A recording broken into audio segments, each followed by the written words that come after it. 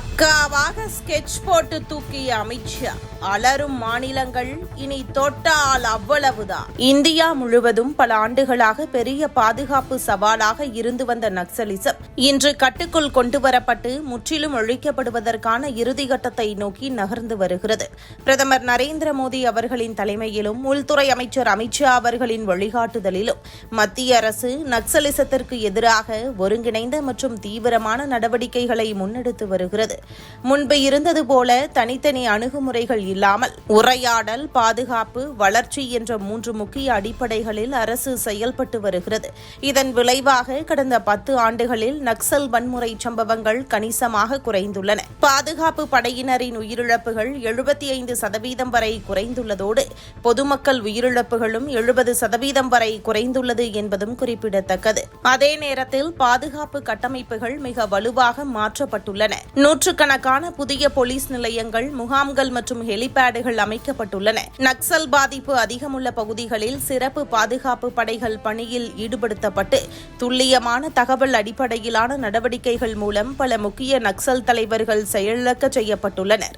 அதிகாரப்பூர்வ தகவல் படி 2026ஆம் ஆண்டு 52 நக்சல்கள் கொல்லப்பட்டனர், 106 பேர் கைது செய்யப்பட்டனர், 621 பேர் சரணடைந்தனர். பாதுகாப்பு படை உயிரிழப்பு 1, பொதுமக்கள் உயிரிழப்பு 5 ஏற்பட்டது. 2025ஆம் ஆண்டு 364 நக்சல்கள் கொல்லப்பட்டனர். இதில் 11 முக்கிய தலைவர்கள் அடங்குவர். 1022 பேர் கைது செய்யப்பட்டு 2337 பேர் சரணடைந்தனர். அதேபோல 2024ஆம் ஆண்டு 290 நக்சல்கள் செயலிழக்க செய்யப்பட்டனர். 1090 பேர் கைது செய்யப்பட்டு 881 பேர் சரணடைந்தனர். மேலும் 2014 முதல் இதுவரை டாப் 40 நக்சல் தலைவர்கள் செயலிழக்க செய்யப்பட்டுள்ளனர். இதில் 2024இல் ஒரு முக்கிய தலைவரும், 2025இல் 16 பேரும், 2026இல் 3 பேரும் அடங்குவர்.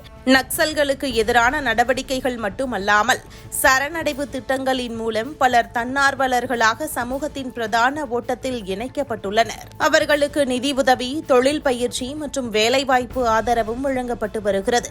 இதே நேரத்தில் வளர்ச்சி திட்டங்களும் முக்கிய பங்கு வகிக்கின்றன. ஆயிரக்கணக்கான கிலோமீட்டர் சாலைகள் அமைக்கப்பட்டுள்ளன, தொலைத்தொடர்பு வசதிகள் மேம்படுத்தப்பட்டுள்ளன, வங்கிகள், ஏடிஎம் மையங்கள், கல்வி மற்றும் தொழில் பயிற்சி மையங்கள் உருவாக்கப்பட்டுள்ளன. இதனால் முன்பு பின்தங்கிய பகுதிகள் இன்று வளர்ச்சியின் பாதையில் இணைக்கப்பட்டுள்ளன. இதன் விளைவாக ஒரு காலத்தில் நக்சல்களின் ஆதிக்க பகுதியாக இருந்த பல இடங்கள் இன்று அமைதியான பகுதிகளாக மாறி வருகின்றன. பாதுகாப்பு, வளர்ச்சி மற்றும் மக்கள் நலன் ஆகிய 3ஐயும் ஒருங்கிணைத்த இந்த முயற்சி இந்தியாவை நக்சலிசத்தை முற்றிலும் ஒழிக்கும் வரலாற்று சாதனைக்கு மிக அருகில் கொண்டு வந்துள்ளது.